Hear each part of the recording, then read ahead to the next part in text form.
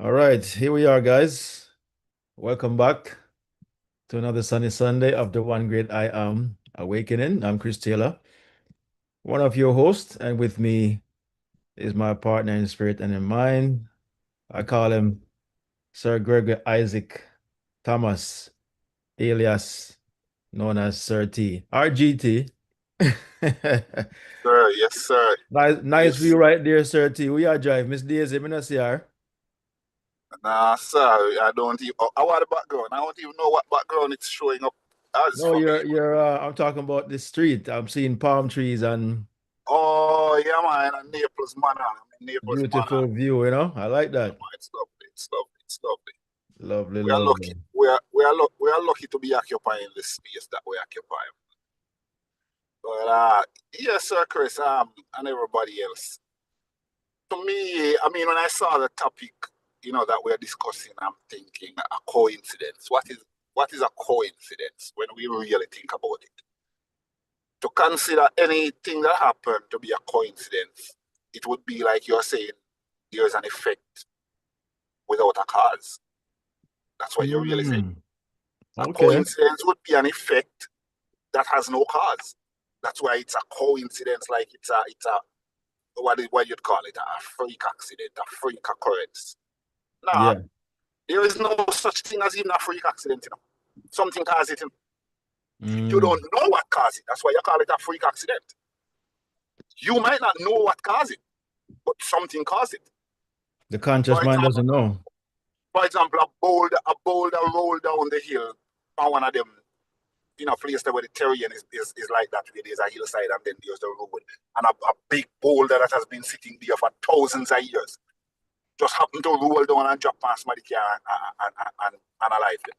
Is that a coincidence? Something caused it to roll down the hill. Something was causing it to stay there the whole time, and something also caused it to cut loose this one time. So it's not a coincidence either. We are always on a bridge of incidents, and the bridge is not always your bridge, because we are all co-creators in everybody else's incidents. So when you're on the bridge that you're on is not always leading up to your manifestation or your result. Sometimes it's leading up to somebody else's. And when you're on the bridge, you never know you're on the bridge. If you think you're on the bridge, you're not on the bridge. Let me say it again. If you think you're on the bridge, you're not on the bridge. You remember the story of Neville and the Two Thief when he needed the um the ticket to the movie? Yes. Mm-hmm. Good. When Neville was in the line and him see them two guys, when him see them Perfect two guys example, appear yeah. on the line, if the thought ever crossed his mind that here comes my two guys that are gonna make things happen for me, immediately it would have derailed the whole thing. If you ever think about it, that this is Yeah. what's gonna make it work for me, well, that's exactly what's gonna make it not work now. The bridge, when you're on the bridge of incident, you have to be blind. You're Isaac when you're on the bridge of incident. If the minute you start see, then all that is gonna lead you to is another bridge. I him just come to mind, Yeah, the man. father, Isaac. Yeah. Yeah, you have to be blind whenever time your manifestation is unfolding. If you become knowledgeable of it, then all you're doing, you're putting yourself back, as now you just set yourself through another bridge. You have to go through another bridge because it has to happen blindly. Yeah. Why? Why? Because if it happened and you're cognitively aware that this is it unfolding, then it would be you that is doing it, and you can't do it. One of the humblest, I would like to use the word prayer, because the minute you say prayer, people think of something different. But because we here understand what I'm talking about, I'm just going to use the term prayer, to make the communication easier. But one of the humblest prayer you can pray is to say, I don't know how to do this. I don't know how to do this. That's one of the humblest assertion you can make unto yourself. But that assertion still comes with a power. When you can say, I don't know how to do it, but yet be very assured that it is still going to be done. Yes. That's where the power lies. I don't know how to do it. I don't know how it's gonna be done. I don't know when it's gonna be done. But I know it assuredly that it is. As a matter of fact, I know that it is already done. I don't know how Hmm. to do it. I don't know how to do it, but I'm so sure that it's gonna be done that I assume that it is already done. And I am living and operating and functioning in every way as if it's already done, even though I have no clue how it's gonna be done. Hmm. Because as we say, everything that is gonna unfold to make it happen is gonna unfold blindly. It's gonna unfold blindly. We don't know. It's an admission that we have to quickly come to within ourselves. That all right.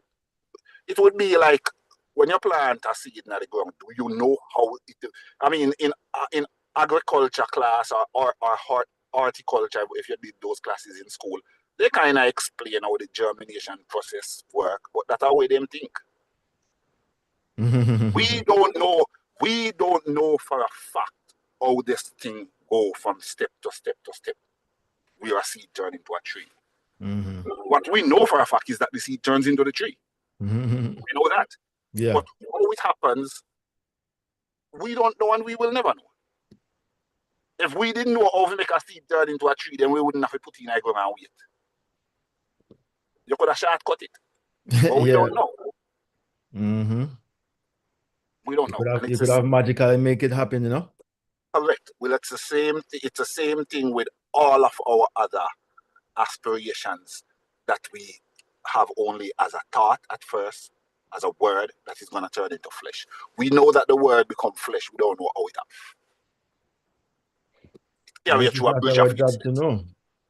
Yeah, carry you through a bridge of incidents. It's Yeah. not a coincidence, it's a bridge of incident that the word becomes flesh. Yeah.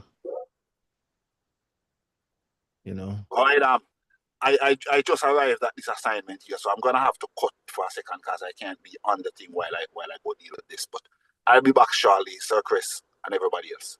Peace and one love. All right, soon forward. All right. Wonderfully put together, Sir T. Thank you so much for that. Yeah. All right. So, Sir T will be right back, guys. Um, in the meantime, we're going to, proceed and get into the class with two videos, very short videos that will, add some other layers to what Sir T was just talking about. And, one of them will be basically just giving us a story of something that may have seemed to be controversial or adverse, but in the end of it, it worked out to the individual's benefits, even though it was, I would say, it would seem at the time to be an adversity, um, but it worked out in the end based on what happened or what transpired going forward. And then the next tape is basically just going to go into a more flow of, these so-called coincidences. What are they really?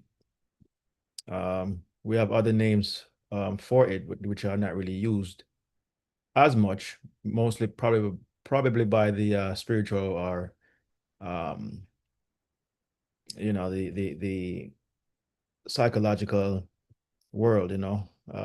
Not too many people use these words or these things to describe coincidences, but we just want to bring that to the light, bring that to the surface, so that we can be more, responsible and acceptance to, things that are transpiring and that will continue to transpire within our lives. Like Serti just mentioned, the sooner we let go of trying to control the situation is the sooner it will happen, because it's like it's a tug of war, it's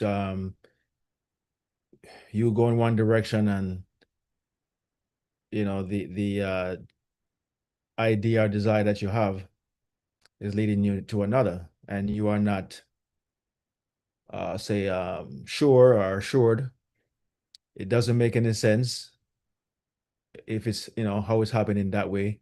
It's too adverse or too combobulated and all that type of stuff. You have your own way of how things is supposed to work, but then sometimes it doesn't seem to be that way. So there's like a tug of war. So you try to control it with your conscious mind. But certainly you just mentioned there that the sooner you let go of control and admit that I don't know, the I certainty is talking about there is your conscious mind. Your conscious mind does not know and will never know how something is going to transpire.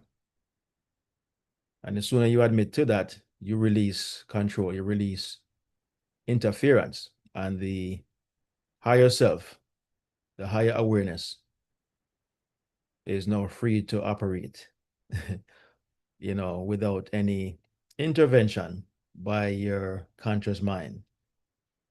And that's where faith is really exercised, or inner side, I like to say, because it's an internal work, internal job, inside job. And you just basically go into a flow state and watch, as scriptures say, the glory of the Lord. So so let's go ahead and play these audios, and we're gonna just let them play out, and we're gonna come right back to discuss them. All right, so give me a second here to share these two videos. All right, let's put that there. All right, I think these are it. Okay, here we are. All right, let's take a listen, guys. We're going to come right back.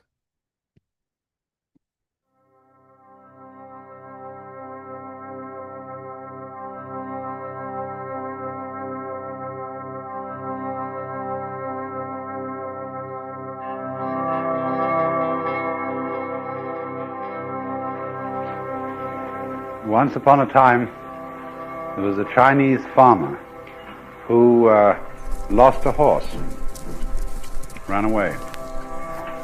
And all the neighbors came round that evening and said, "That's too bad."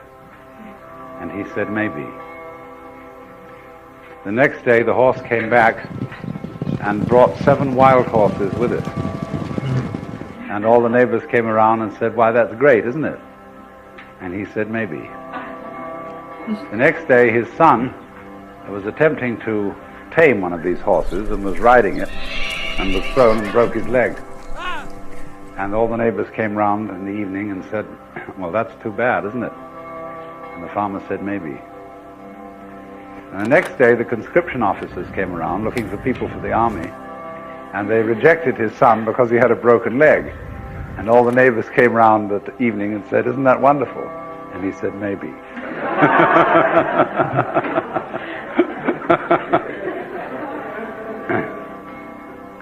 The whole process of nature is an integrated process of immense complexity, and it is really impossible to tell whether anything that happens in it is good or bad, because you never know what will be the consequences of a misfortune, or you never know what will be the consequences of good fortune.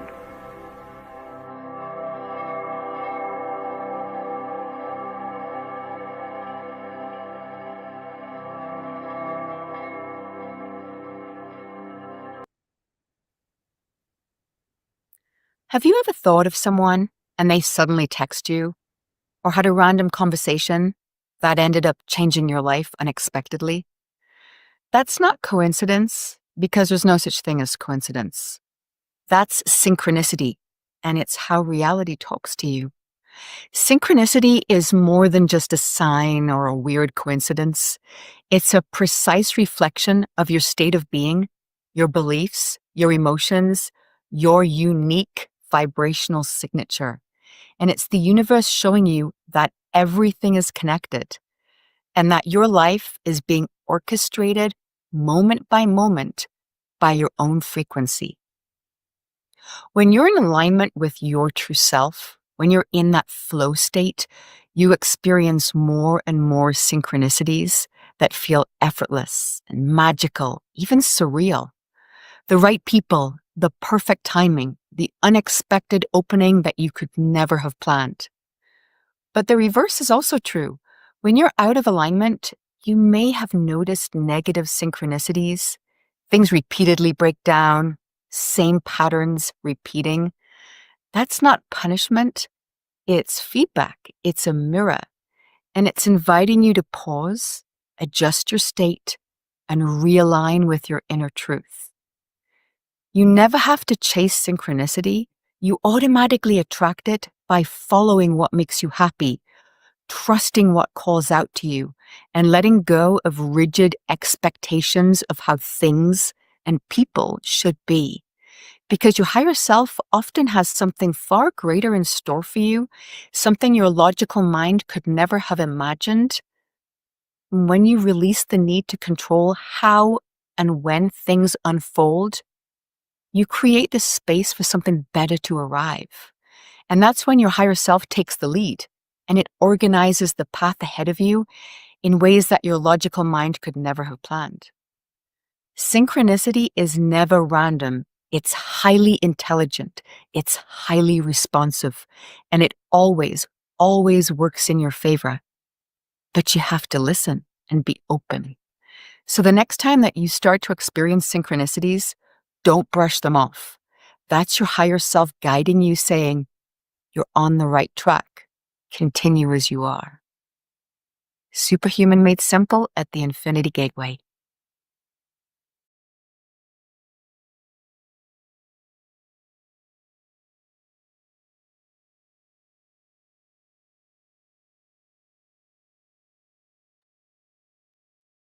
All right, guys. As promised, very short videos that simply just explain in a nutshell what we're going to discuss today and what they really are. So today we're going to really learn what it really means when people say that was just a coincidence, and what it does not mean when people say that is just a coincidence. The term coincidence, as Serti eloquently pointed out, you can look at it two ways. We are all co-creators, and we're creating in concert together. So all the incidents that are transpiring are truly co-created. As you heard the lady mention right there, based on the vibration. And Serti mentioned also earlier that sometimes you're walking on a bridge of incidents that is not leading towards your creation or your desire, I would say, but you are assisting someone else in theirs. Why does that happen? It only happened, and this is fact, not a scientist, but studying consciousness and in this form of psychology, the real psychology, not some school foolishness that you learn in school, but this is just knowing the works of the mind, the inner works of how the mind works. The only reason why you're on someone else's bridges is because it is also your bridge, that you are in vibration of that frequency at the time. You're on the same frequency as the individual who has a particular desire. And you are aiding or going to aid in the creation of this person's desire. And vice versa. Someone is going to come and aid in yours. And the only reason why they're coming to you or coming to aid you is because they're on the same vibrational frequency as you are. You understand? Like begots like. You know, you are on the an alignment, a frequency, a vibrational frequency that you don't know, conscious mind, but your higher self, knows, or he's carrying this vibrational frequency and is making the net, connecting the dots, forming the network of what never call it um you know incidents. um you're creating circumstances, particular incidences. You're just moving unknowingly, blindly, as Sir T mentioned earlier, unaware where this is leading. And it happens so easily, so organically, that you don't even recognize that you are the one that created it. And most often we only say something is a coincidence when it is adverse. We never seem to say when someone really so-called accidentally run into a friend of theirs that they have not seen in years, but was just, talking about them to themselves or with another friend of theirs, or they may have just came to their mind for whatever reason and they run into the friend. Never seem to align that with coincidence. You guys realize that we never seem to align coincidences with something that is positive. It is always something that is negative or something that we cannot explain. What a coincidence. That was just a coincidence because we cannot explain why it happened. It's almost like it's too good to be true. It is too good to be true to accept that it is something that you yourself created. No one wants to accept that because in coincidences, they are either good or bad, as you heard right there, the lady mentioning that coincidences, the other name for it, or the real name for it, to be honest, is synchronicities or synchronicity. Something that is synchronizing, to sync. It's a Greek word. Both of them are Greek words, but these are just the English-sized spelling. That and you also have to look at the word chronic, chronicle, chronological. These are series. You're syncing series together. So sync means to come together, and chronological just means in a particular order. Synchronicity. You are synchronizing an order or a series of incidents that were pre-created, not just procreated, but pre-created ahead of time. Just like how to go to Miami right now, the path I'm going to take was already made for me to drive on. You understand? It was pre-created, so I no longer have to put it together. It's already put together. I'm just following that trajectory, that path, going towards the destination. But the what we're talking about today, these things are done in mind. These things are done in your consciousness. And so you are not seeing what you're doing. You're not aware. And these synchronicities, these bridges of incidents, these coincidences are created by two things: by your thoughts and your feelings. What you're thinking and how you're feeling. And feeling is just a deeper level of thought. Feeling is, as Serti mentioned the other night, I believe on Mind Chat, feelings are the adult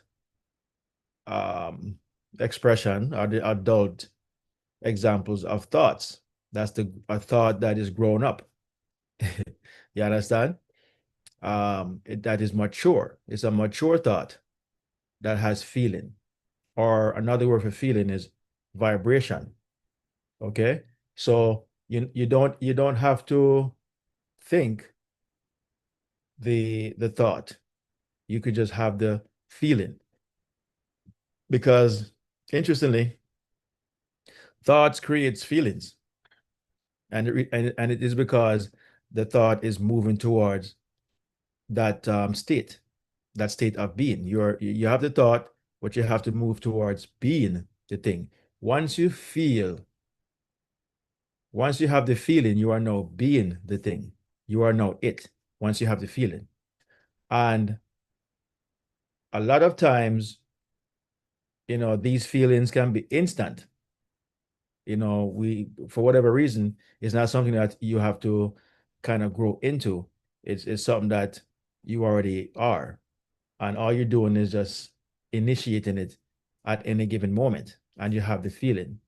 And this is why you have to be very careful of things that can draw you out, so to speak, wherein that feeling can come upon you or come over you. And know you are vibrating, especially if you hold that feeling for a very long time.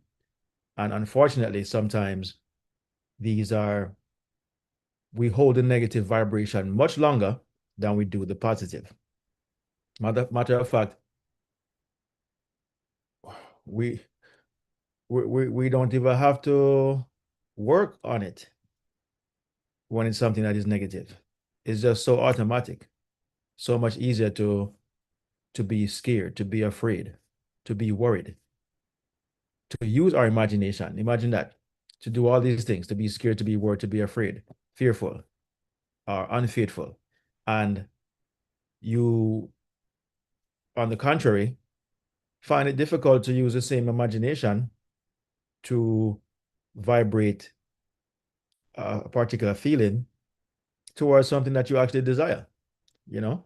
So we are always creating synchronicities or coincidences, but these are 90% of the time, or maybe higher, unknown to us. We do not know that we're doing these things. So this is why when we've come into a particular state or an experience, we tend to believe or think that these are just random.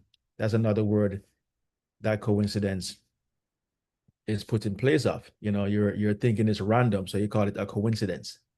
And nothing in life is random. Absolutely zero. Nothing is. Let's look at the example of the first video we watched with the Chinese farmer, wherein you heard the story. Son, first of all, the day before, his horse got away, and the neighbors came and said, "Oh, that's bad." And he said, "Well, maybe." So he did not go into thinking, "Man, this is bad, this is terrible. What am I going to know? The horse ran away." No, he just says maybe. The next day, the horse came back with 7 wild horses. Upon the return of the horses, his son tried to tame one of these horses and fell off, broke his foot. The neighbors say, "Oh, that's a bad thing. How terrible." And he said, "Maybe, you know." And the next day, here come the military, who is drafting young men into the military to go to war. But because his son broke his foot, at the time it seemed adverse, it seemed unfortunate, it seemed bad. He was not drafted. And this isn't what this is saying is that had his son been drafted, then he would have gone off to war and possibly would have died in the war. But because he broke his foot, his life was spared, so to speak, you know? So you see, even when something seems to be adverse or going the wrong way or not going your way, it is in many cases going your way. but you just do not see it.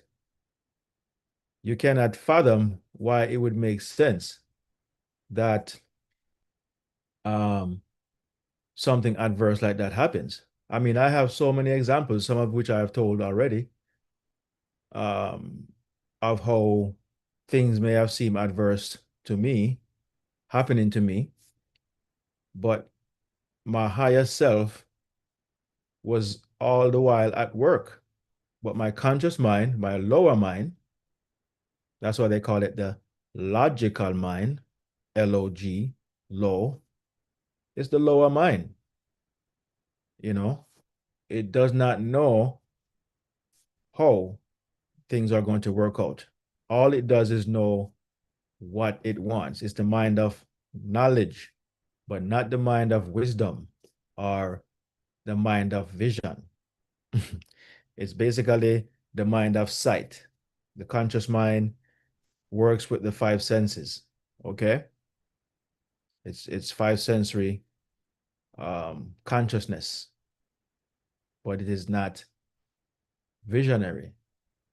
It cannot see how things are going to work out. And so often the idea that it has for how something is going to work out, once it starts to go awry, the conscious mind decides, this is not working out, and gets off course and becomes unfaithful, becomes um, afraid, worried, timid, afraid to continue the journey because it doesn't seem to be on the right path, because you consciously have an idea where and how you want the thing to work out. But the thing that you're working out, you have never done it before. And even if you had done it before, this particular time, the sequences um the consequences might be different, you know, it might be more challenging this particular time.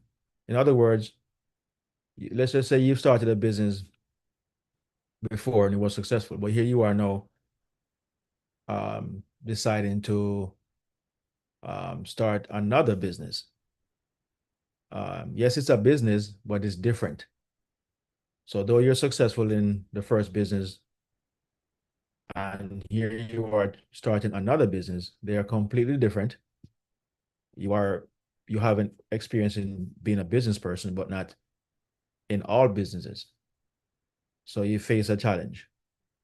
So now the conscious mind is trying to figure out, well, how is this going to work? And then you kind of get in your own way when the bridges of incidents starts to line up. These sequences, that's another word for coincidence. These sequences does not match your expectation, so you tend to be you know indifferent and questioning, well, how is this working out? Why did I have to lose this? Why did I have to lose that? Why am I facing such adversity when the previous times it was this much more easier, and so on and so forth. But if you keep your mind on the end, as Never teaches us to live in the end, if your conscious mind stays in the end, then that's where you're going to end up. But if it's topsy-turvy, if it's 1 minute it's in the end, another minute it's right back at the beginning, it's in the middle, it's all over the place, then the higher self is not going to is going to behave exactly the same way, because it's mirroring what the conscious mind is doing. That's why it says in scripture, um, with faith is how you please God. What it's saying is your conscious mind, if it has faith, it will please your higher mind. Okay? If it has faith, your higher mind is pleased. That will carry out what you're being faithful to.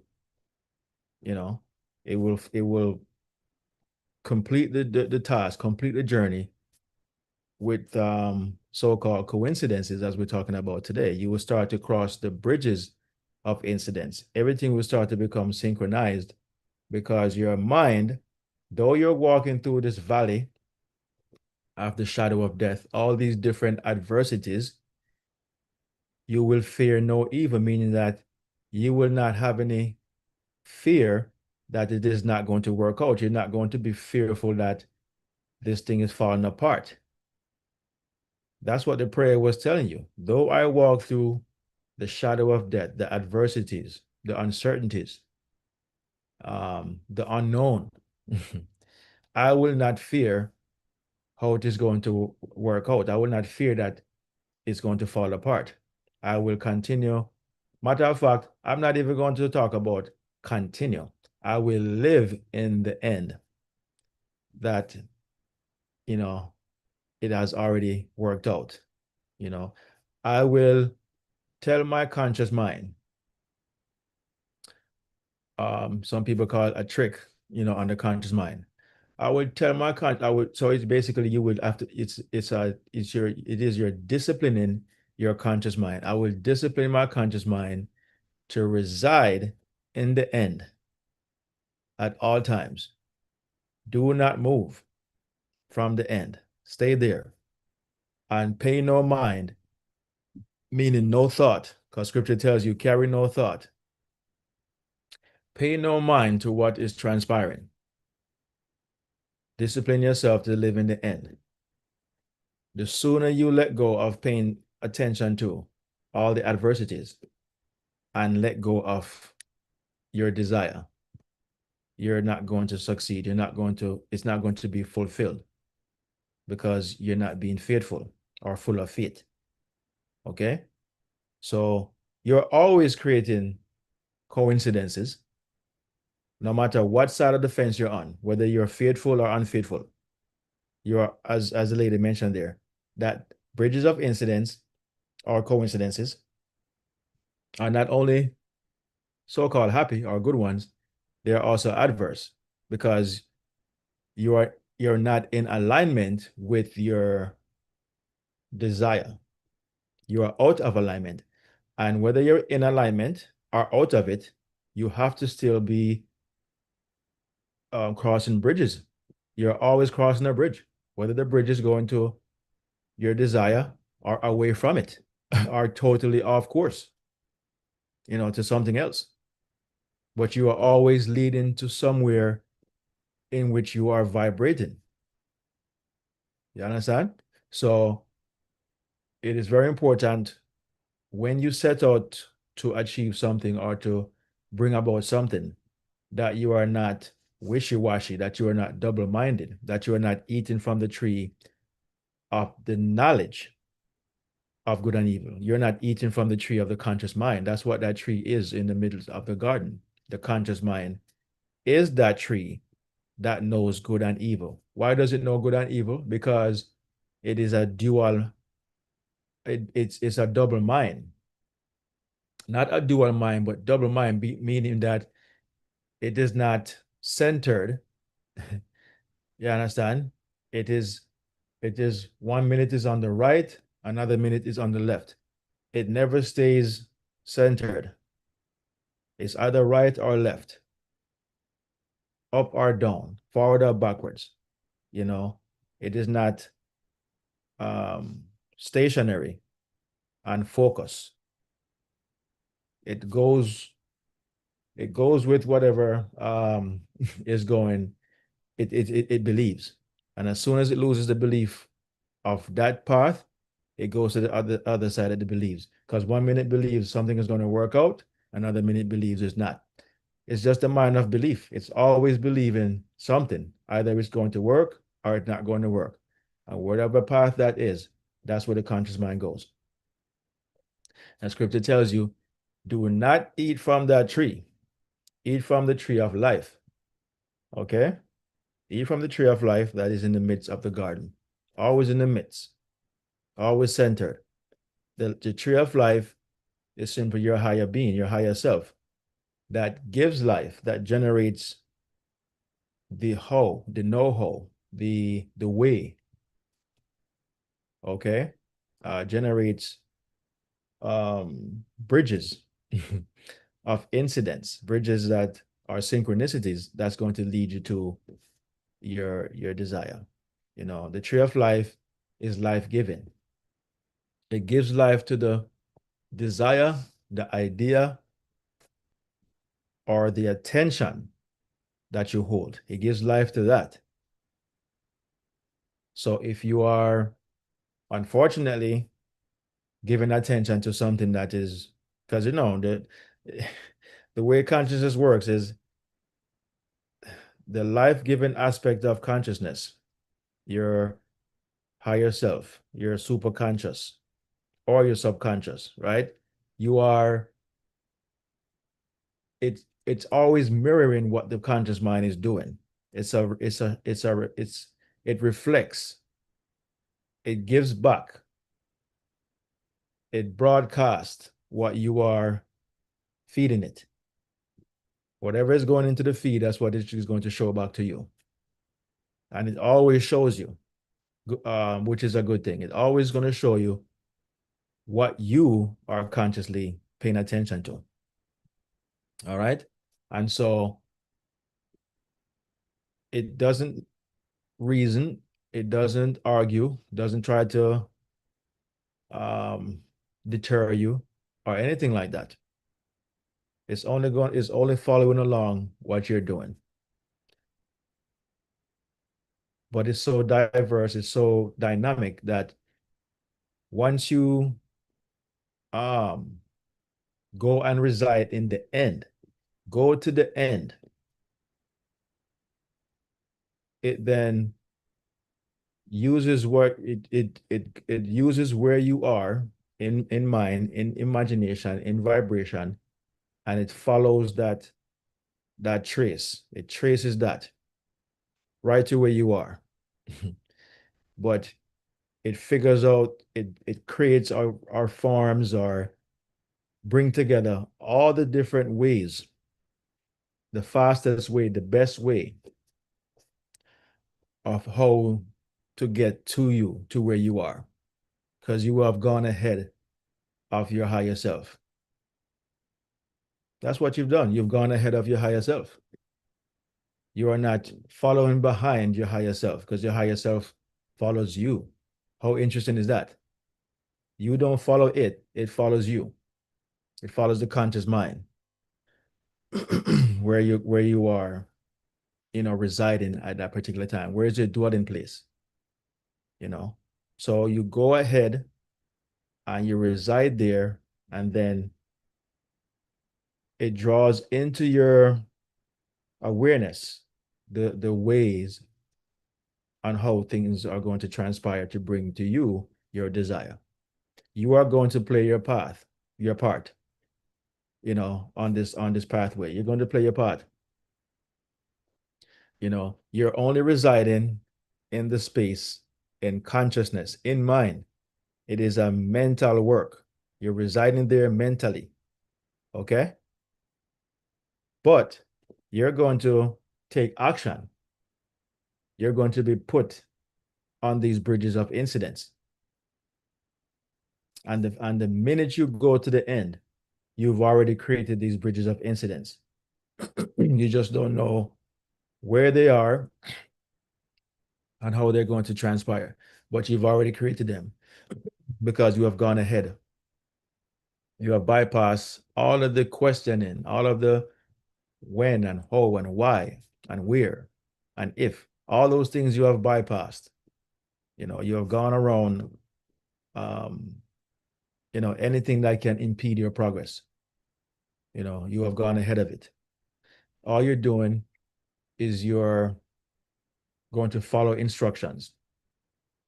You're not going to, as they say, um, you know, turn it over to God, your higher self.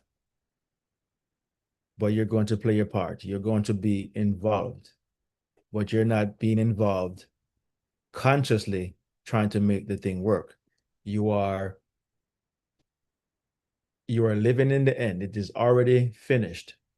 You're just as we've often said, that it's a replay. You're just replaying, redoing, or doing again what was already done in consciousness.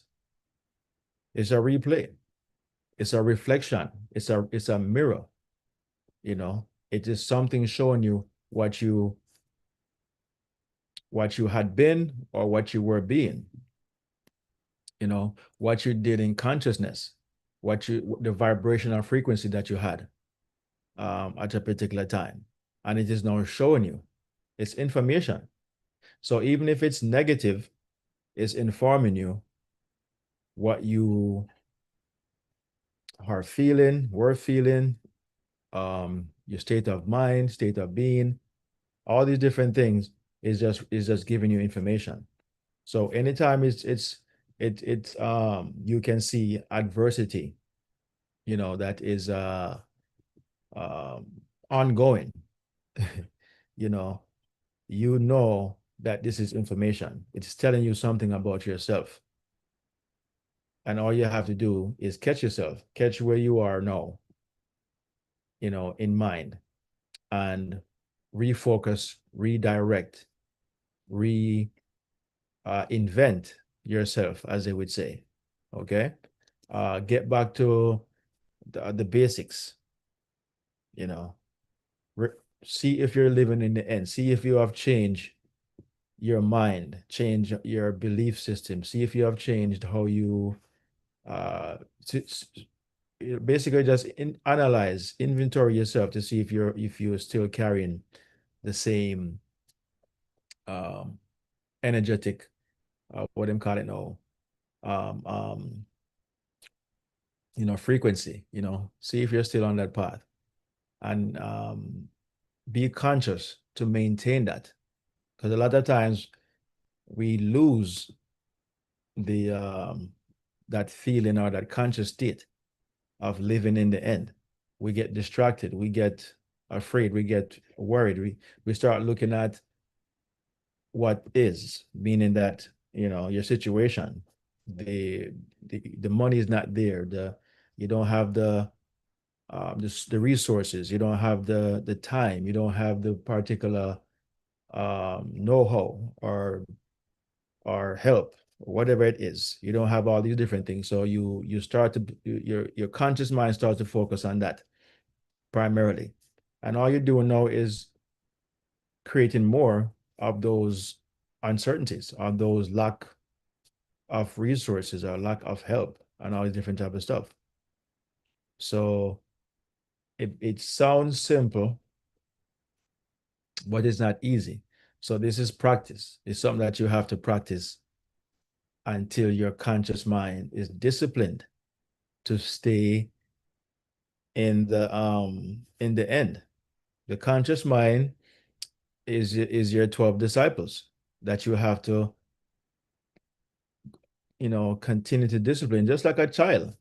you know you have to discipline the child over and over. You tell them one thing and they still go back and do it. But if you reiterate over and over and over, eventually they will get it, that they're supposed to follow this particular path, or listen to you when you speak to them. Sometimes it's just um, a sound you make, or a snap of the finger, or maybe a look, and they get it. They understand because you've been um, practicing with them. It's a rehearsal until it becomes remembered, till it becomes subconscious. So we're basically um, always disciplining our conscious mind so that it can direct, your higher mind the right way, because it's the higher mind is following what the conscious mind believes. The higher mind, though it is dynamic, though it is the all, though it knows everything, and so on and so forth, it cannot proceed without your permission. you know it's a very submissive mind. It only submits to what you have instructed it to do or to accept, whether it be good or bad. It's very impartial, so it cannot reason or decide for the conscious mind. The conscious mind is the head of the entire consciousness. It almost seems illogical or irresponsible. Like, how is that possible? That your conscious mind, though it's the limited mind or the lower mind, how is it the head? It just simply means the head, as in it has to move first. Okay, it moves first, and then your higher mind moves second. The higher mind is always second, always the second coming, as scripture tells you. Coming again, all these different things. It's always a second mind, it's always a second coming. It's never first.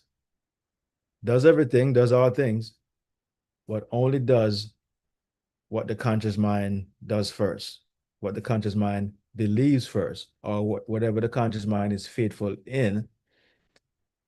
That's how it follows. Okay, this is just how consciousness is set up, and it is permanent, it is universal, it is fixed, it cannot be changed, and it cannot be flip-flopped. Can't work the other way around. That's like you walking on top of your head. Your head is not made to be walked on. You walk on your foot. Everything has to be done in a particular order. Okay? To make life simple and make it more accessible and flow, you work in a particular order. So because the population, the world does not comprehend this inner work or inner working of consciousness, because they think, okay, God can do everything or anything, which is true, but it would be like you go to Walmart to be hired for a cashier job, and you've never done cashiering, but you can do it, but you cannot do it until you are instructed how to do it. There is nothing that you cannot do, but you have to be instructed. Simple as that. Your higher self is the same way. Can do everything, but it has to be instructed on what you want to be done. Simple as that. It knows the way, knows how to bring it together, all these different things, but it cannot do anything without your instructions. Okay? It can't do it. So you have to create the habit first, in which it now follows the paradigm or the program that you have put in place to create for you. So, as we're mentioning, you're always on a bridge of incidents. You're always on synchronicity, but you're not always aware. So I want you guys to um, think about any time that you have been on a bridge of incident, or you have been something just out the blue just worked out for you. And at the time, you didn't really realize that it was synchronicity. You didn't realize it was a bridge of incidents leading to your objective. It's just so organic. But after it was finished, you can always go back and realize that, yes, this was exactly what I had desired, or who I had in mind, or what I had in mind. Or I had this idea some 4 years ago, or 5 years ago, or 2 months ago, whatever it is. And here it is now coming to light, and this person played a part, that person played a part, and so on and so forth. I remember I was just telling this story, I think this week, to someone, because they have like a similar situation with their roof. friend of mine. Um, I remember when we had a hurricane, and this was what, 2017, and the roof was damaged. And I tried twice with the insurance company. They didn't not deny me, but they denied the amount that I needed. But they did not deny me, outright. They wrote a check or asked me to accept it, and I denied them. I said, no, I'm not going to take that. That's not that's not what I desire. That's not what is going to fix the roof. So I'm not taking it. But anyways, 2 years went by. I tried twice, and both times I refused their offer. 2 years went by, and one day this guy just walked into the barbershop out of nowhere, never came there before. And somehow we got into talking about contracting, found out he was a contractor or works with contractors. And I told him my plight about my roof. And he said, no worries, man, I got you. I gave the guy the information, whatever he needed. And I never had to speak to him again about anything. That one day I gave him all what he needed. And he went about, spoke with his people. They got everything together. They spoke with the insurance company. The insurance company never called me. I never called them. I never spoke to, and he said, do not speak to anybody. We got everything. I told him, listen, I don't need any money. I just want my place, my roof fixed. Don't worry about how much I want and ray. I'm not into any of that. Just fix my roof. That's all I want. And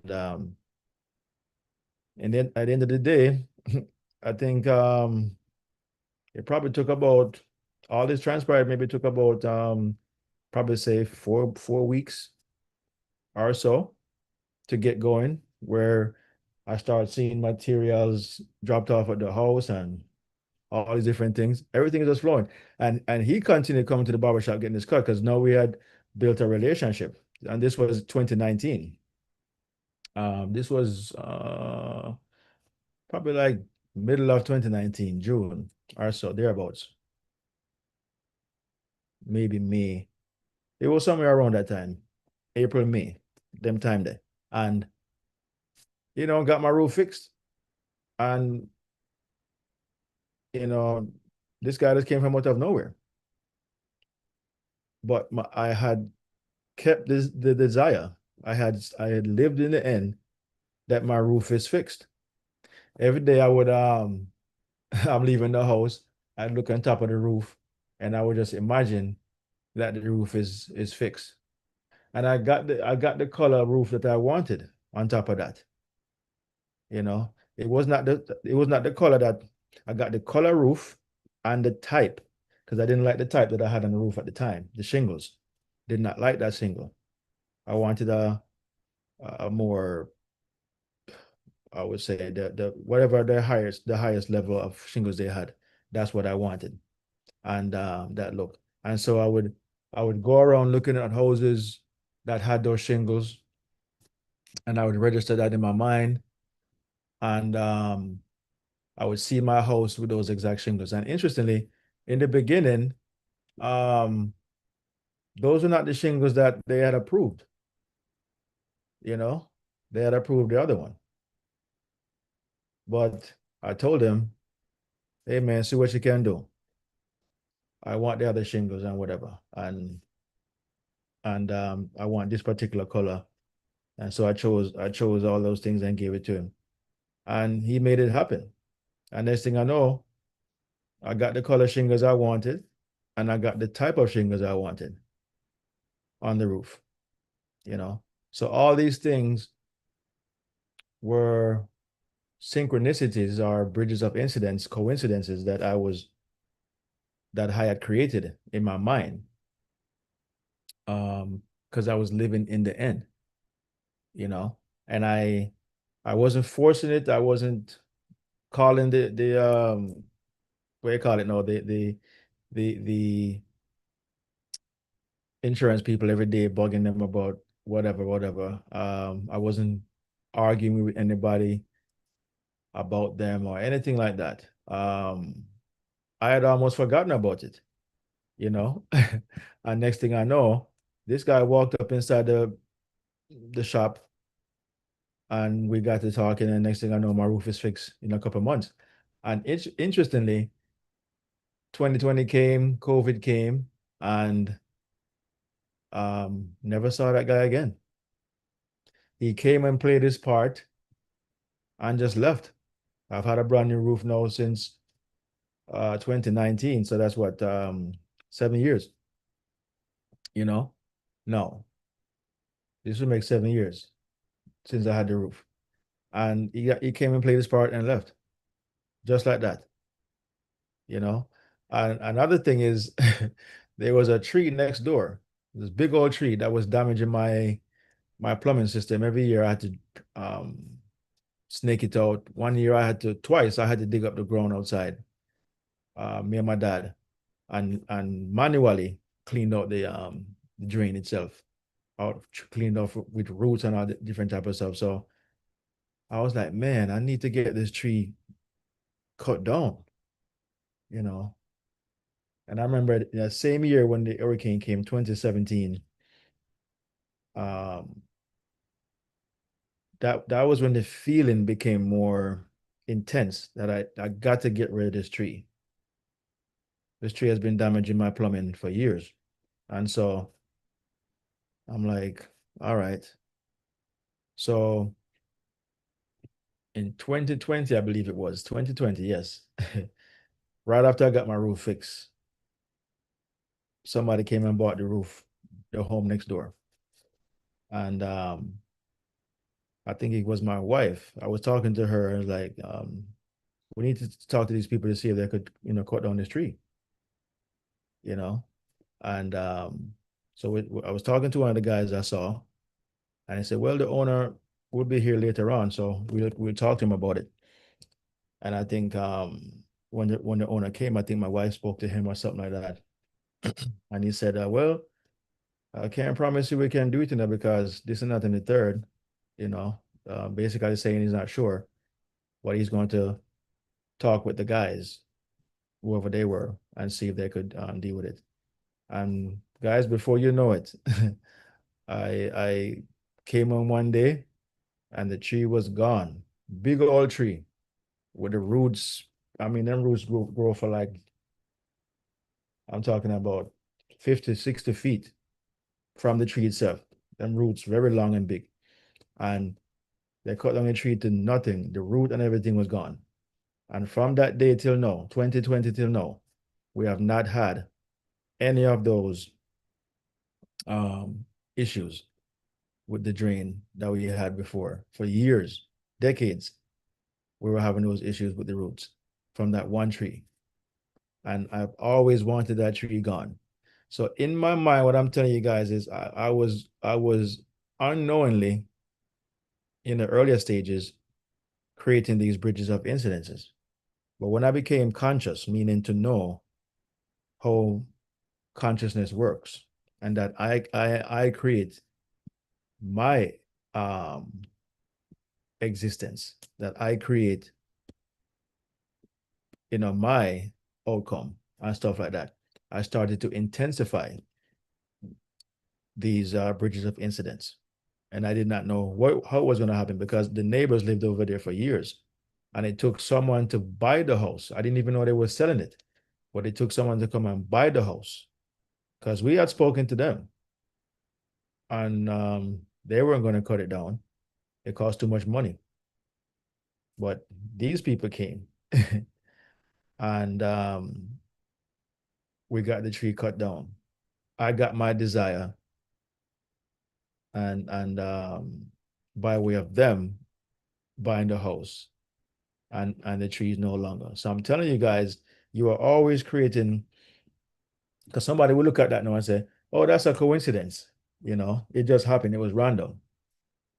Somebody just happened to buy the house and didn't want the tree and they cut it down. So that's what they would call a coincidence because, oh, they obviously did not want a tree. That's why they cut it down.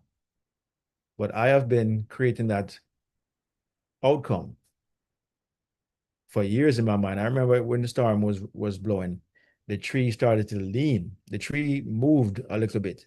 And what saved it from probably falling down even further was the shed. It rested on the top of the shed. And it was from that time I really started to intensify my desire to see that tree gone. Because if that tree fall down, it's going to crush this room that I'm in. That's how close the tree is. Even though it's next door, it's a big tree. I forgot what I call the tree, but the trunk is probably about 6 feet wide. That's how big this thing is. And they got rid of it, you know, because it's been my desire. When I was desiring to buy my first house, I was creating bridges of incidents that seemed to be adverse, kind of like with the story with the farmer, seemed to be adverse at the time because I lost my job. Like, how am I going to lose my job and I'm desiring to buy a house? It don't even make sense. But I lost a job because my desire was to make more money. I was told that I was not making enough money. So you're either going to have to get a raise, which I did a little bit, but it wasn't enough. And eventually, I ended up having a disagreement with my then boss. Didn't fire me, but disciplined me. And I used the opportunity to search for another job. And I quit without even finding a job.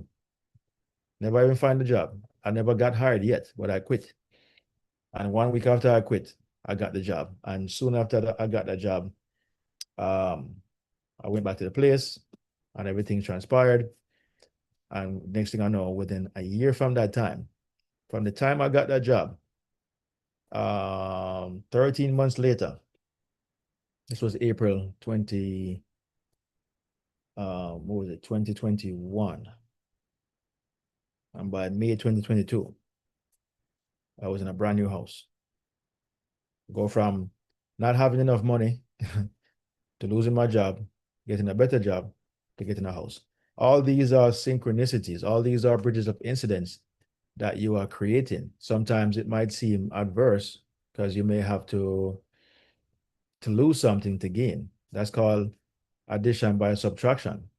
You add to yourself by taking away some foolishness that is taken away from you, that is not adding to you. So you subtract what's not adding to you so that what can add to you comes into your life. For me, that was a new job that I really loved. I mean, this job was perfect. Could not have been more perfect. I never worked a day on that job that I hated. Loved it because it had to do with using my hands a lot, and I love using my hands and create this and create that or whatever and fix and fix. I like to fix things, so it was perfect for me. And I mean, never a bad day on that job. The boss, my boss, who hired me, loved me. The owner of the company loved me. Everybody. I didn't have not one issue with anybody. In the higher ups and even among the other employees and stuff like that, with the customers or the clients or whatever you want to call them, everything was just flowing, you know. But then they sold the company, and I was let go at the time, and I caused that because I was saying to myself when I saw everybody was getting let go, I said, well, I looked at my paycheck and I was like, I'm next, you know. I think I'm making too much money because I know how these things go. They're trying to cut costs and cut money and people and this and that and the third. And I created that incident to where one day I walked in and they let me go at an inopportune time. This was Christmas time. I didn't have a job for Christmas. And a lot of stuff happened that year. I had went through a lot of losses, not loved ones, but possessions. But what did I just say? Addition by subtraction. All those things that were subtracted from me, including my house, cars, and the job, eventually added to me. How interesting is that? I was able to move freely. My mind was clear on these different things.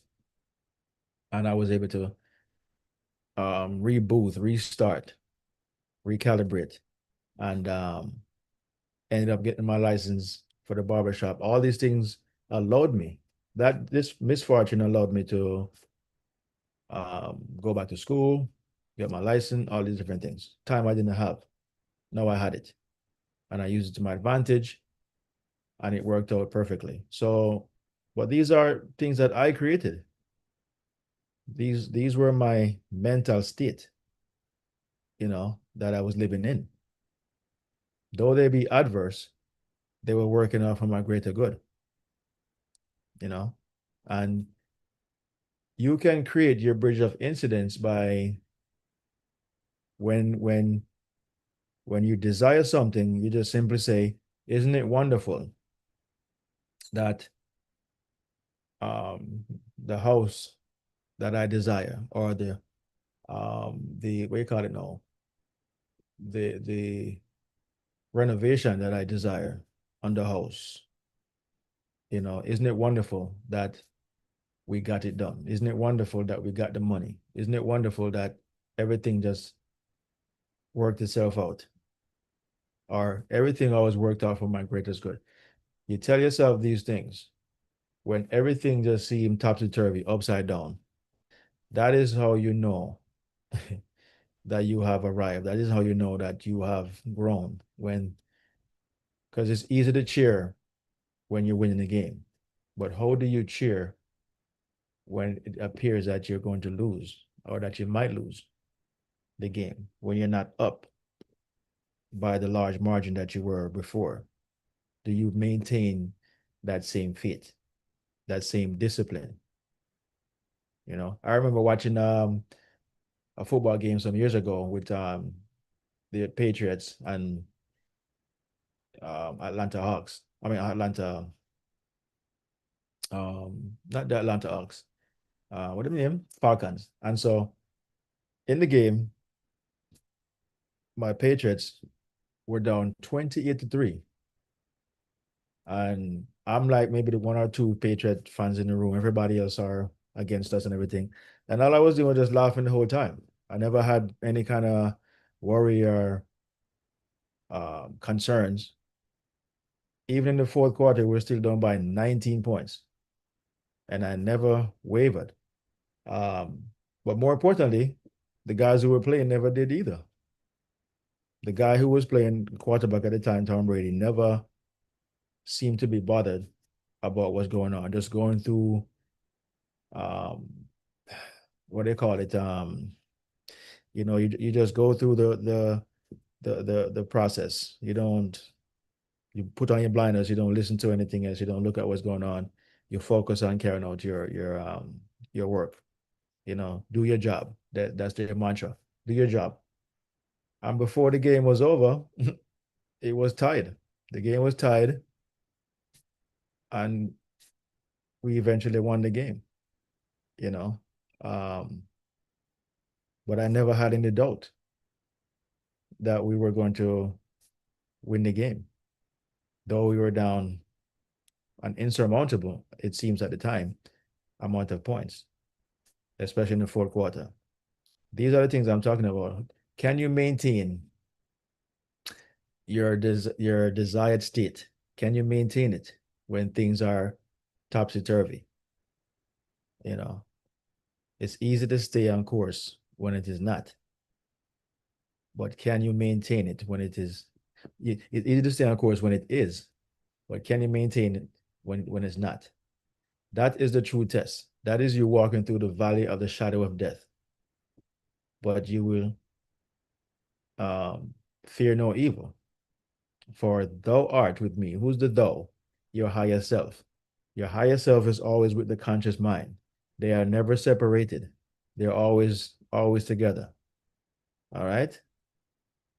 Your rod is thy rod and thy staff comfort me.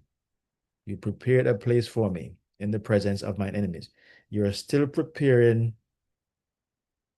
all of what is going to lead me to my desire, even though everything seems combobulated. Everything seems to be tumbling down. These are the presence of your enemies. Okay, the adversities. Your job cutting your hours, or um, your bills seems to be piling up. All these different things. These are the enemies.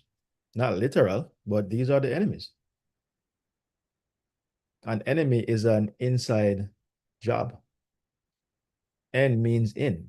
Enemy. It's you. You are your own enemy. These are things that you have created. But you have to recognize that um, you have created them, and to undo them, you have to stay focused on the what's going to save you. Stay focused on your savior. Don't focus on the adversities that seem to come, because these are just the past. These are just the past that is now showing up. These are not something that you just created. You've created these things at some point, and now they're showing up. They're showing their ugly faces. All right? The enemies, or enemies, I like to call them. These are just your own conscious state of being that is now becoming manifested. You're now conscious of them, but they're giving you information. Okay? Are you still focused on the end result, even though you're seeing all these adversities popping up? You know, when you tear a place apart, you're peeling off the skin, you're seeing all the ugliness. Do you still see the better outcome? Do you still see how you desire to be? Because you have to remove how it looks now, so it can look the way you want it to look later on. When you remove it and you see how ugly it looks, do you lose your desired state? Do you lose how you want it to look because you're seeing all this stuff? Or do you stay focused on the end? Hmm? Do you stay focused on the end? This particular room I'm in, some years and years ago, I tore this whole thing apart without even knowing what I was doing. And put it back together. And then years later, I redid it until it turned out much better than what it is now. Um, Much better than what it was before. But what I'm saying is, I had the way it looks now was always my desire. So I never lost that desire. I've always wanted to replace the back door. Never done it before, no training in it, but I eventually did it. And you would never know, because I held that focus, that desire. Eventually, I'm going to get to it how I want it to be. Eventually, it's going to look exactly how I want it to be. So with all the outcome of how it was looking and so on and so forth, my end result never left my mind. It never left. I always saw what it is now. I always kept that state. I always lived in the end. The end always catches up with you. Whatever state you're living in is going to always catch up with you if you stay faithful to it. You are always going to create the bridges of incidents, or the so-called coincidences, that is going to lead up to it. All you're doing at all times is creating incidents after incidents after incidents. And when the right time comes, when the time comes for you to manifest, meaning to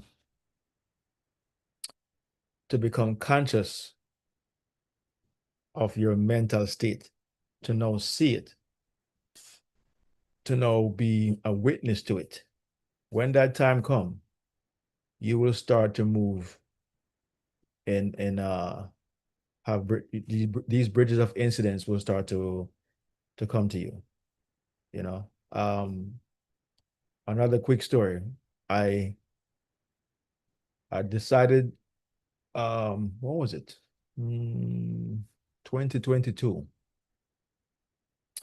4 years ago, almost 3.5 years, to remodel the shop. And so I had an idea my wife gave me for the wall. It wasn't even my idea, it was hers, because I was just going to paint it. And she said, why don't you just put some stuff on the wall, make it look more, professional, whatever. I said, all right. Never did it before, but I like the idea. Start walking, running around looking at the material that I need to use to get it done. Went to this place several times and they didn't have the color I wanted. They had the material, but they didn't have the color, they didn't have the price. I told the lady um, to call me when she get the right price. I'm not in any rush. Just call me when you get the right price. One day I'm driving to work, I see this strange number calling me. I don't answer numbers that I don't know or say it in my phone. I answered it anyways. It was her. And guys, you're not gonna believe me. I had just drove past the place because I have to drive by it to go to work. As soon as I drove by, she called me. No lie. I just drove by the the place and I saw the number calling me and I answered. Talk about synchronicity, right? So I said, who's this? She said, oh, this is Jessica. You remember you told me to call you such and such. I said, yeah. I said, what's up? What you got for me? She said, well, I don't have what you want. I don't even have the price, but guess what? I have something even better. We are throwing away some pieces of a bunch of wood, about 14 boxes. These are actually wood.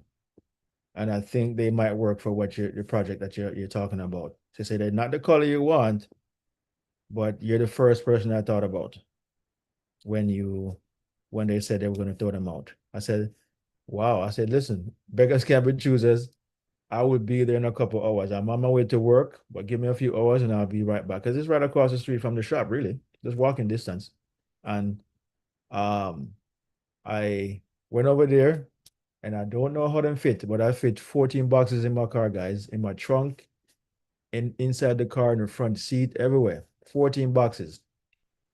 It was perfect for what I to carry everything. And let me tell you, I took those boxes and I redesigned the walls, my office, several walls inside the shop. 13 can't tell them see it. And I'm telling you, that thing turned out so nicely. And I've never done that work before. Never done it before, but I got the tools together, what the materials that I got together, everything, and I put that wall together. And it turned out so lovely. And at the time, it was contradicting with the floor. The floor was a different color. And I was running around at the same time deciding what color floor I wanted and what type of floor I wanted. I was changing from the laminate, which was getting older, still looked good, but I wanted to change it. I wanted to change because of the color. It wasn't neutral enough. It was like reddish, oak, whatever. And I said, no, I want something more neutral and lighter. And I want it to be vinyl. I don't want the laminate because it gets damaged by water. Anyways, that said, what happened after that, guys? This was 2022. We had the worst hurricane in Florida history, at least in Southwest Florida, came Ian. And I remember that night I was still doing the wall. I was doing my office at this time. I did the waiting area. This time I was doing the office. This was a Wednesday night. The hurricane came Thursday, Thursday morning. And I was doing what I was doing. And when the hurricane came, and I went to the shop the next day, the Friday, because it lasted the whole day. I went to the shop the Friday. Man, my roof came off. Half of the roof came off of this building. So water came in. And remember, I said I want to get rid of the floor because if it gets wet, which it got wet before, but if it gets wet, it's going to be damaged. Man, the whole place was flooded. Water got in from the roof, from outside, wherever it came from, and flood the shop. And ankle high, not bad or anything like that, but just ankle deep, whatever. Messed up the floor, and I'm like, man, all my ceiling, my stuff all messed up. But I never look at it as a bad as anything bad. Knowing what I know, I was like, okay, let's see where we go from here. Just like the old man said, maybe. Is it bad? No, maybe.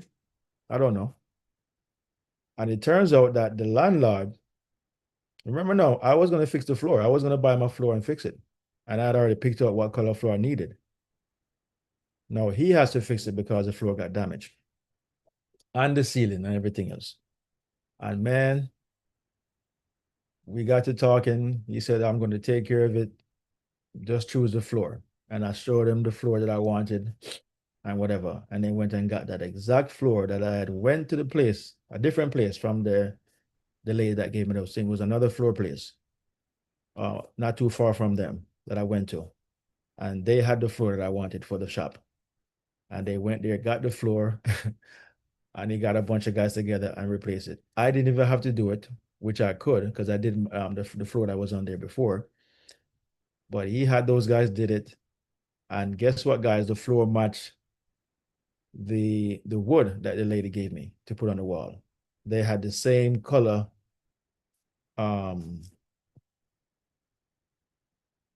They had the same color in the wood as in the floor. So everything was just matched up perfectly. So I got a free wall that I didn't have to buy, and I got a free floor. But I got the floor because it damaged the one that I had. So you see, adversity, it might seem like it's adversity at the time, but and I didn't want my shop to be damaged. I've been through a hurricane before and nothing happened. So why did this happen this time to me? My shop, my roof, not anybody else's, mine came off. Why it wasn't the neighbor next door or the neighbor over there? Why mine? You see what I'm getting at, guys? You know, to the average mind, it would seem so unfair, so adverse, so terrible. But it worked out for my greater good. I got a brand new floor and brand new bathrooms because both of the bathrooms were damaged, completely damaged from the leak, from the rain that came in. Walls messed up, everything. All my furniture inside there messed up. And all of that was replaced. The floor is replaced. I had always wanted the floor inside the bathroom to be replaced as well. So everything was redone, and everything turned out great. But at first glance, it just looked like, man, this is terrible. And so it is important not to. Why did the guy say maybe? Because he doesn't want to catch or garner the feeling of adversity or the feeling of despair. Because once you start to do that, you're now creating another adversity, even more adverse, because you're now vibrating on that adversity. So when adversity are happening to you or is happening to you, it's important to still stay focused on what's going to save you, what is going to get you out of the situation that you're in. Not what you are experiencing or witnessing. You have to live in your imagination wisely because you're always imagining. You could be imagining the worst. You could be, well, how much worse can this get? I've heard people say that all the time. How much worse can this get? And guess what? It gets worse because you have no start to multiply, start to add, start to pile on to what you're experiencing. And all you're seeing is like this thing just rolling out, getting out of control. You're losing control. Not recognizing that whatever you're experiencing, you are the one, knowingly or unknowingly, who had created these moments that you're experiencing. They are still coming from your consciousness. And anyone who is experiencing it with you they were also on those same vibration. If they're affected, they were also on the same vibration. That's why they are affected. When two cars collide or have an accident, one person, in most cases, one person was paying attention, doing what they're supposed to do, and the other person was not, or they were doing something completely off kilter, speeding or not paying attention, something. But one thing is for certain, though you might have been doing different things, both of you or everybody involved were on the same vibrational frequency. One person might have been worried about, um, I don't want to get to work late. Simple stuff like that. Worried every day you're going to get to work late. And you have an accident and now you're late. You didn't want an accident, but your vibration was on, don't want to be late. You're so focused on late or worried or concerned about being late that your consciousness created something to make you late. You understand? The other person who, so to speak, caused the accident, at least in the direct sense, meaning that they were the one at fault.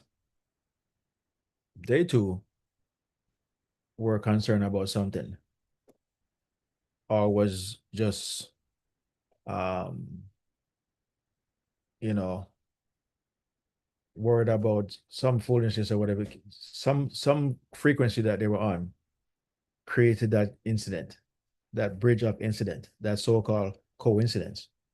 It's a coincidence because both people involved are all who are involved co-created that outcome. You understand?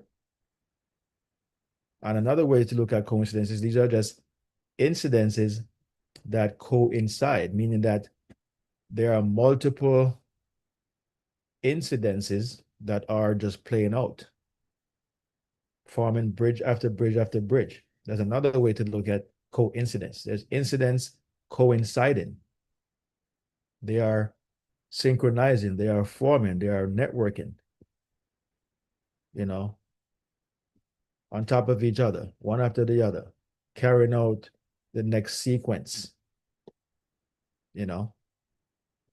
And when you become really conscious and aware of what's going on, you can just become the observer and watch these things play out.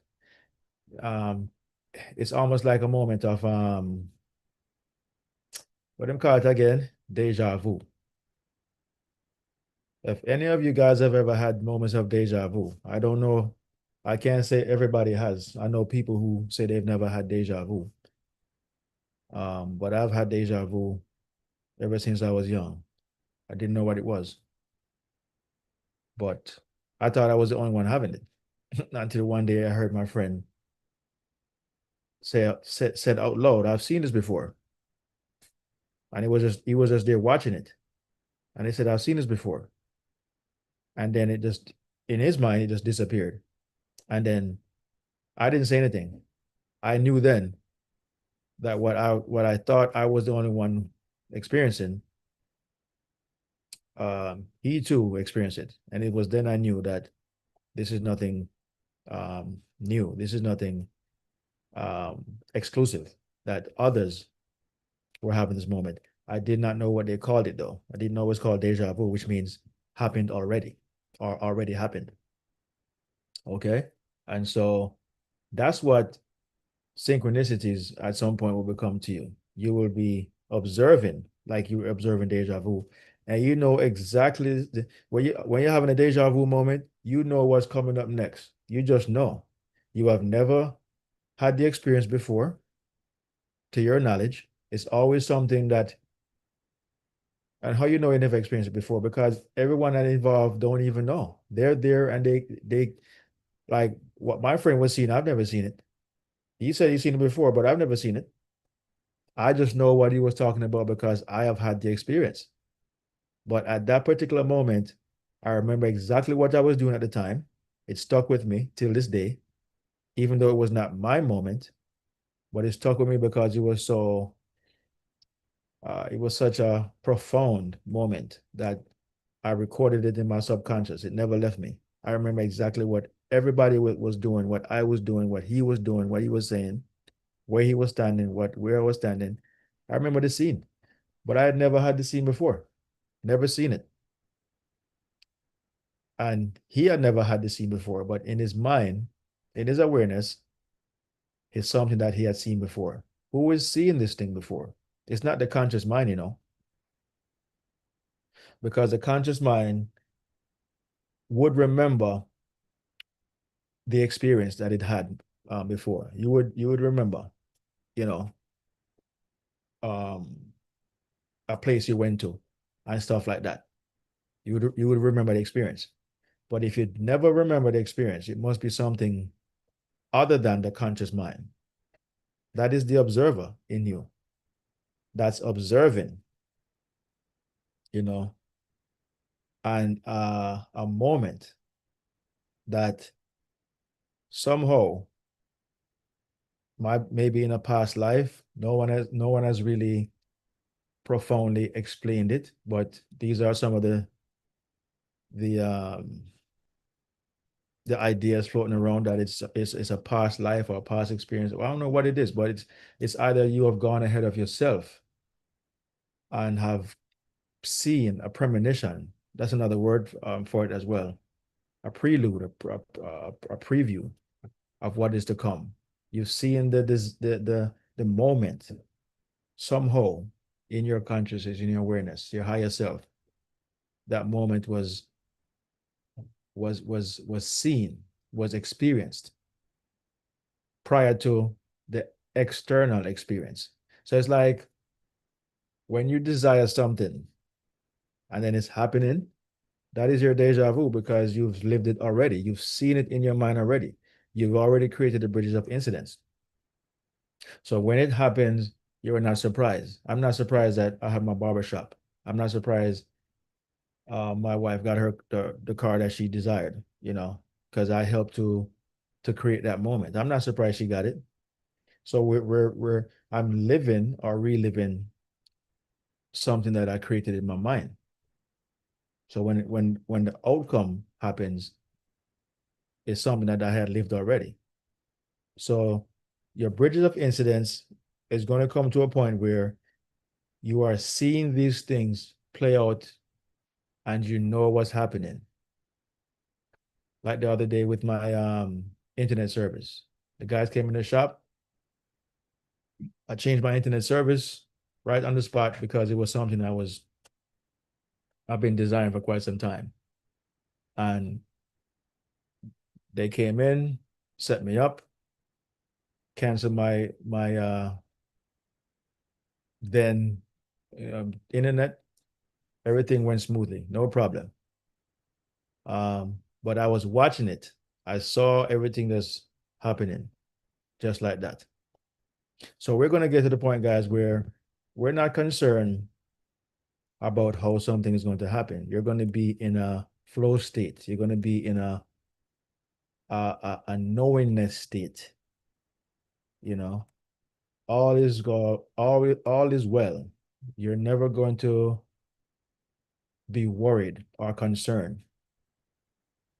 The people who are around you, who see you, they will be somewhat bewildered, like, say no worry about that. You're not concerned. And you'd be like, no, no worry about it. Everything all right, man. It's all good, as they would say. Well, you're not just saying it. You're saying it with confidence, with reverence, with divinity, you know, with bliss, with peace, with clarity. You're not, discombobulated or anything like that. You're just flowing, no matter how adverse the situation might seem or be, or whatever the case may be. And when it plays out, you will not be surprised. You might be surprised as to how, because it would be in a way where you couldn't see it coming, you couldn't fathom. You just know that it would work out, but you don't know how. The way it works out is so far off, so unrelated. So you would see, so you would think, but it coincide. The vibrational frequency matches. It makes sense, and it was the best way, the better way, the only way to bring about your manifestation at the right time. This is why they say nothing happens on your time. The your time they're talking about is the conscious mind. The conscious mind has its own time.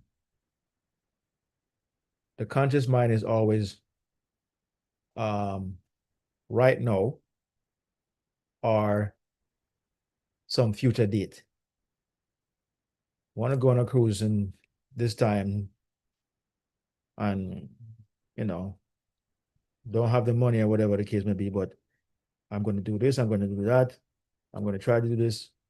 You're putting things together, you're planning. That's the conscious mind. And then there are times when you want something right now, yesterday, you know. But they say everything happens in God's time. That God's time are these bridges of incidents that when they are in alignment, when they are right, when they are matched, they start to move. That is God's time. And whether you are ready, the conscious mind that is, or the body, um, whether you are in the right place or right circumstances or whatever, when that time comes for you to move, you have to start move because this is the time. You know, your time had passed. Your time that you expected to something to happen had expired, and so you were now onto something else. You know, onto something else, and then here comes this thing, start to just flow, and you have to move to carry that out. You know, I have a couple of things that to get done right now in pertaining to this house, and you know, based on what we want to get done, I'm now seeing that it's always been my desire, to get these things done, but never moved to do it. But no, I'm observing, I'm seeing, I'm being forced to make certain moves. And if I follow my mind, as they would say, the conscious mind, you don't move because you don't even see, you don't see how it's gonna happen. You honestly don't see it. I don't see it. But I have no concern. Zero concerns based on everything that's going on. But I am steadfast in the outcome. I'm living in the outcome that I desire to see, that my wife desires to see, you know. So I'm just working with that, not working with, anything else that's impeding or appear to be an issue. I'm not working with issues. I'm working with divinity. I'm working with um, my higher consciousness, my higher self. I'm lining up all these coincidences, all these so-called coincidences, these synchronicities. I'm lining them up, you know. And so when the time really comes to start making these moves, I would not be, surprised or whatever. I would just be observing and seeing. Everyone else involved would see it as, you know, luck or coincidences or, right place at the right time. That's another word they use for coincidences, right place at the right time. But I will know that these are bridges of incidences that I, consciously um, orchestrated, you know, in my imagination, but then have the patience to you know, await the alignment, how things are going to come into being. You know, I'm not, they say line up your ducks in a row. These are the bridges of incidents that lines up in a row. These are your ducks. They're not physical. They're not. You can never line up your ducks in the physical. It won't never happen because that's an unconscious mind state. The conscious mind is doing that. I'm gonna wait till this happen. I'm gonna wait till that happen. No, your ducks are lined up um, within your higher self, always orchestrating, putting things together. And as soon as they line up, you know, and you're on that same wavelength, that same vibration, you start to get busy, you start to move, you know. And some of the things that may happen, like two of my barbers just left a month ago, to be exact, you know, unaware that was even possible. But my higher self knew that was possible. I didn't consciously know, couldn't consciously know, was not even on my radar. But like the farmer said, okay, no problem. It happened, it happened. It was disappointing, maybe even surprising, very surprising and disappointing. But everything worked out for my greater good, you know. Not going to hold that feeling of surprise or disappointment. No, that's just a moment. It should only be a moment, not a momentum. What should be a momentum is the solution, is the comeback, the return to that state of bliss. You know, that's my state of being right now. Don't know how it gonna happen when or all this type of stuff, but that's not my concern, at least on the conscious state. My subconscious state is that all is well. Everything always works out for my greater good.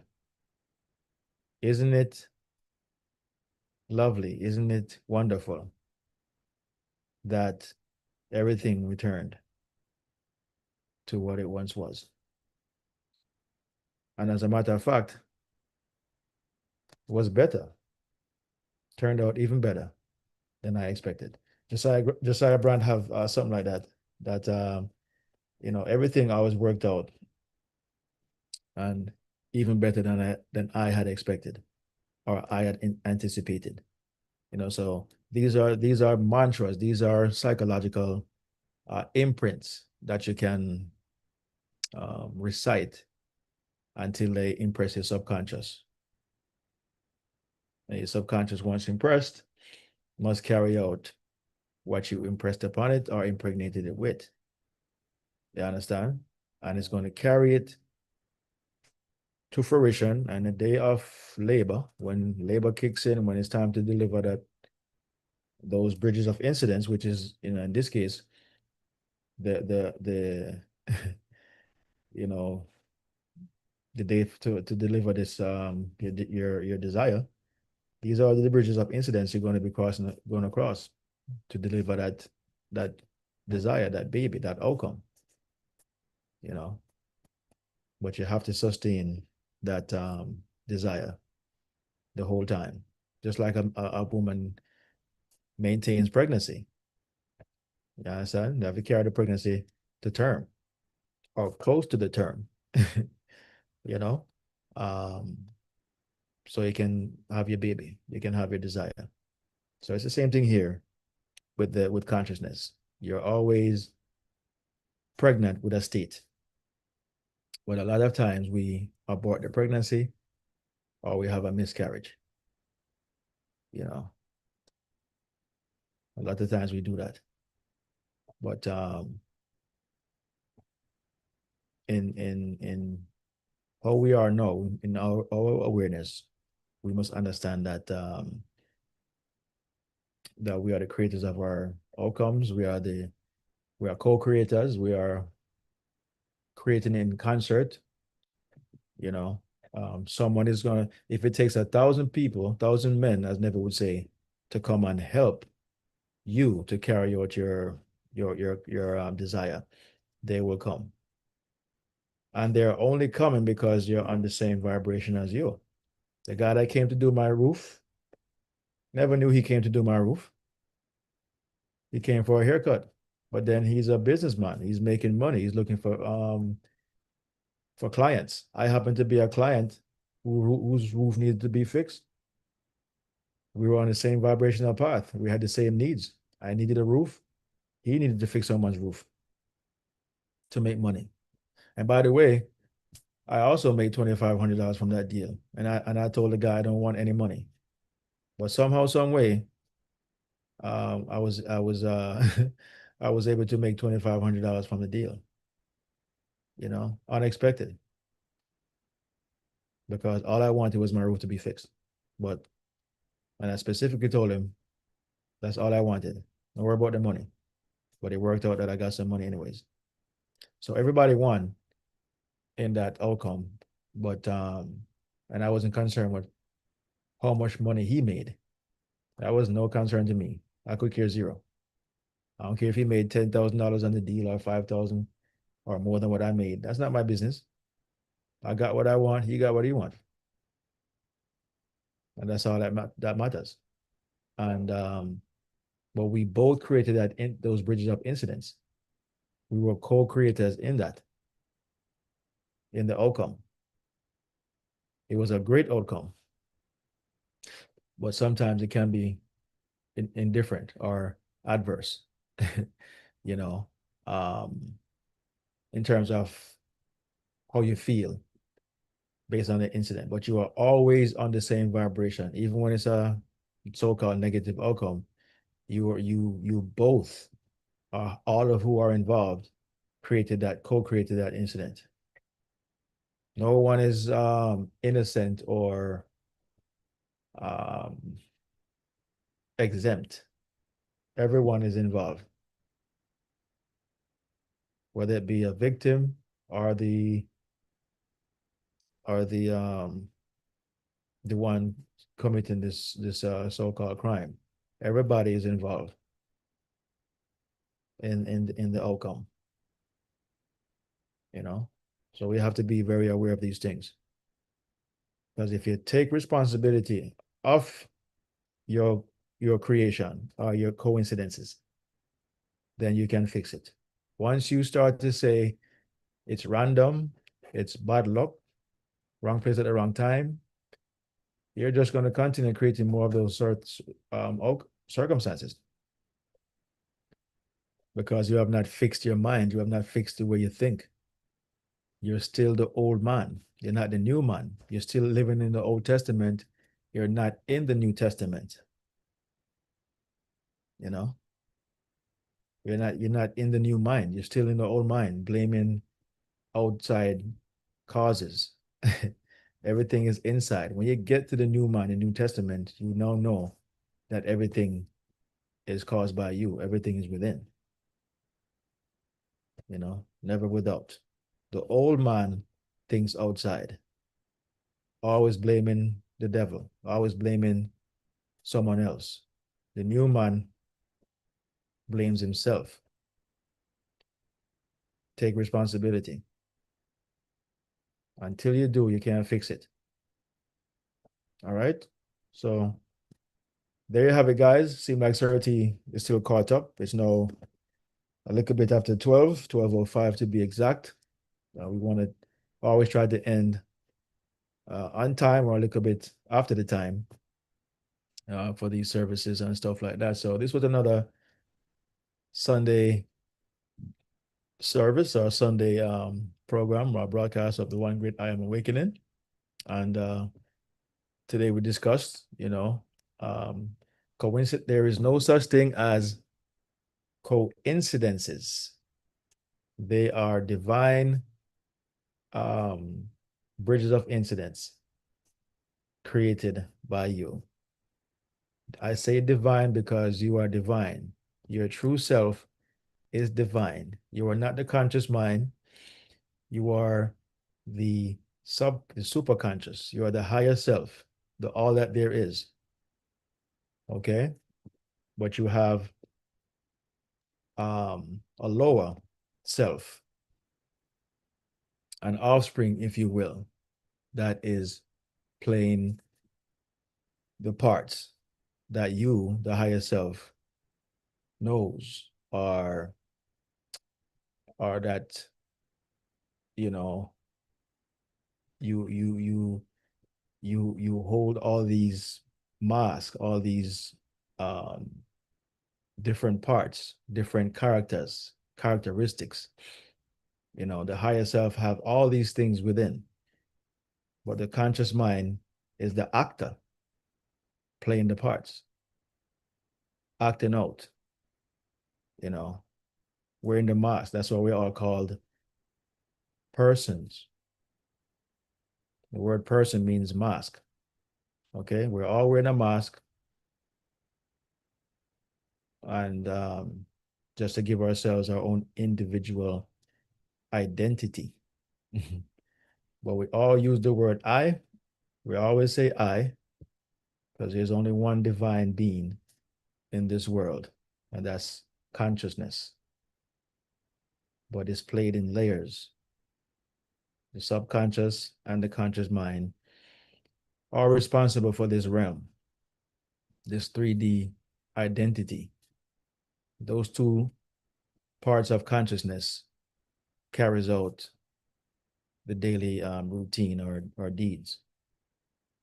But it's all coming from the superconscious, the higher self, the all that there is, the Father, the what do you call it, universal mind.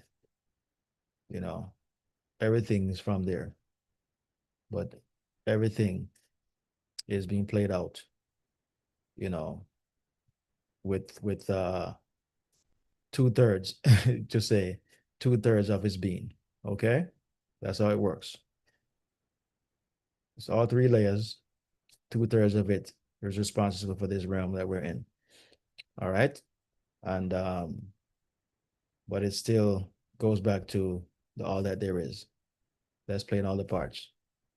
Okay, so as long as we're conscious of that we're not the mind, we're not the body, we're not the flesh, we're divine beings dreaming dreams,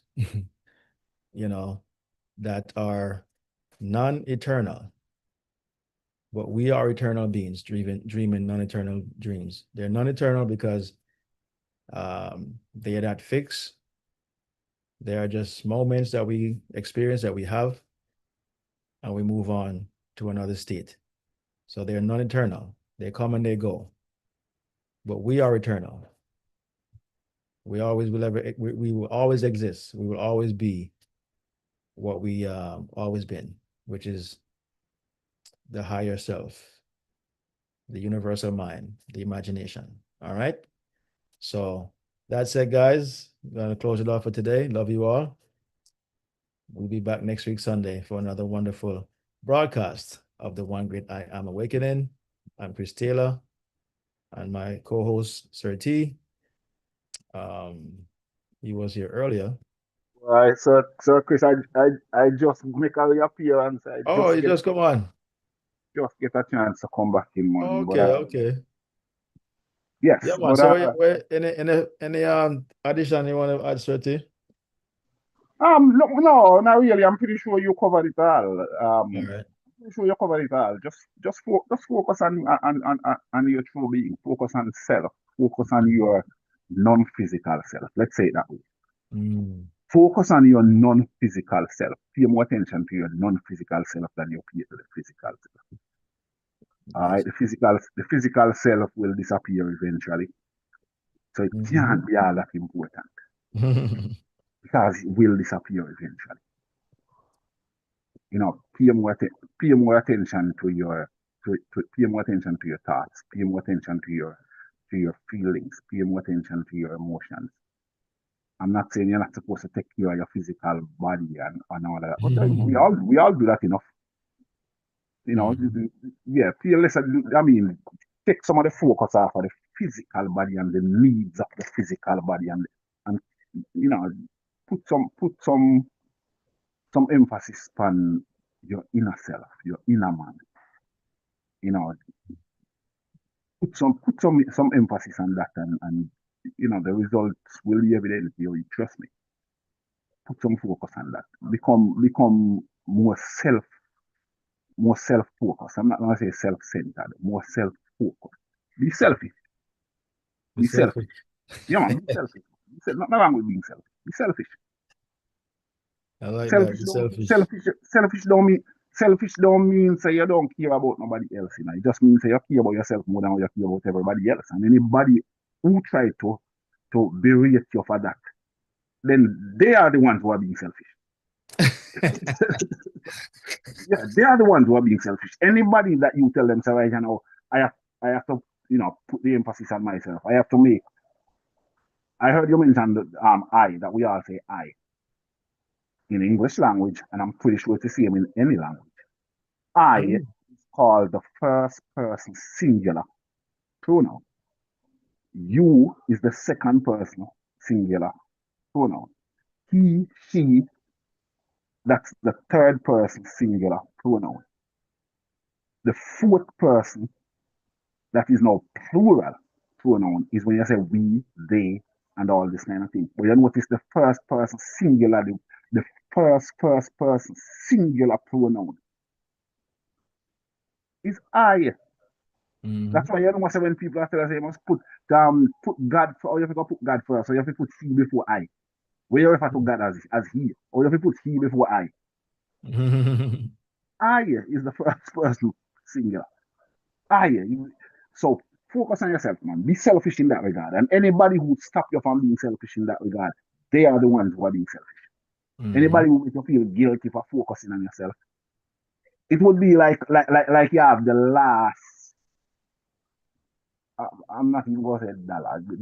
The last of anything, something that you need. Like your last breath, and I'm gonna tell us, say, yo, why am I running out of breath today? You have to give me your last breath. And if you say you can't give him that, you have been selfish. No, he's the one who's being selfish. And you run out of breath without your breath. Me need my one. So focus on yourself in terms of, you know, put the everything that you think of. First thing you must think about first is how is this gonna affect me? And when I say me, I'm not talking about the physical you. I'm talking about the inner man. The inner man. So if something is gonna come back to make you feel depressed, even though it's gonna make somebody else impressed, why should you do something that is gonna impress somebody else and depress you? Why would you do that? Focus on yourself, man. Put some emphasis on your inner man, your true being, the part of you that is eternal, that will never die, and you'll grow from it. We should all do it. I'm not telling you something to do that like I master it and I don't need to do it. It is. I'm just telling you what I am working on. Yes. And encourage you to work on it just to see. And come back next week. You're gonna better see. All right, Sir Chris and everybody else. Thanks for being here. All right. Thank you, Sir T, for those final words. And to my fellow minds, fellow Elohim, we will see you guys next week, Sunday again, right here on the One Great I Am Awakening. Enjoy the rest of the day and your week, and we'll see you soon. Stay blessed. Over and out.